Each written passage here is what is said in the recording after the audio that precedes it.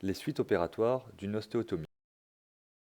L'ostéotomie nécessite une hospitalisation d'environ 24 à 48 heures. Il s'agit d'une intervention réalisée sous anesthésie générale ou rachianesthésie et qui dure environ 1 heure. Un drain peut être mis en place afin de diminuer le risque d'hématome. Il sera retiré dès le lendemain. Le lever se fait le soir même de l'intervention à l'aide du kinésithérapeute et le retour au domicile est quasi systématique. L'appui est autorisé en fonction du type d'ostéotomie. Il est souvent différé à la 6e semaine. Les anticoagulants sont pris jusqu'à la reprise d'un appui plantaire. Les bas de contention sont mis pendant une quinzaine de jours et les soins de pansement sont à faire tous les 2 à 3 jours pendant une quinzaine de jours. Il est également important de prendre un traitement antalgique et anti-inflammatoire pendant les premiers jours et d'appliquer de la glace de manière pluriquotidienne. La rééducation est commencée immédiatement et débutée le soir même après l'intervention à la clinique.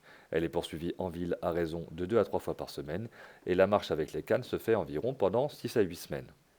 Après une ostéotomie, il existe des risques inhérents à la chirurgie en général et des risques propres à l'ostéotomie.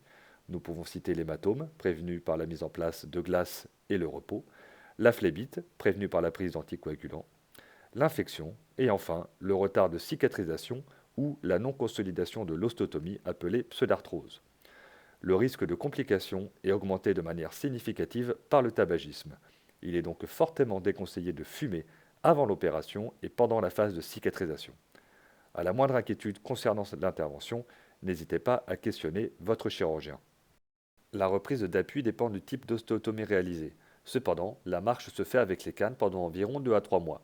La conduite automobile est quant à elle possible aux alentours du 2e mois et le travail peut être repris à partir du 3e mois en fonction de la profession, en sachant qu'un travail sédentaire peut être repris plus tôt, alors qu'un travail physique ou manuel est souvent repoussé au-delà du 6e mois.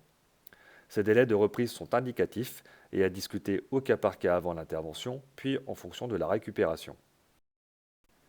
Il n'existe aucune contre-indication ni de limitation fonctionnelle après une ostéotomie.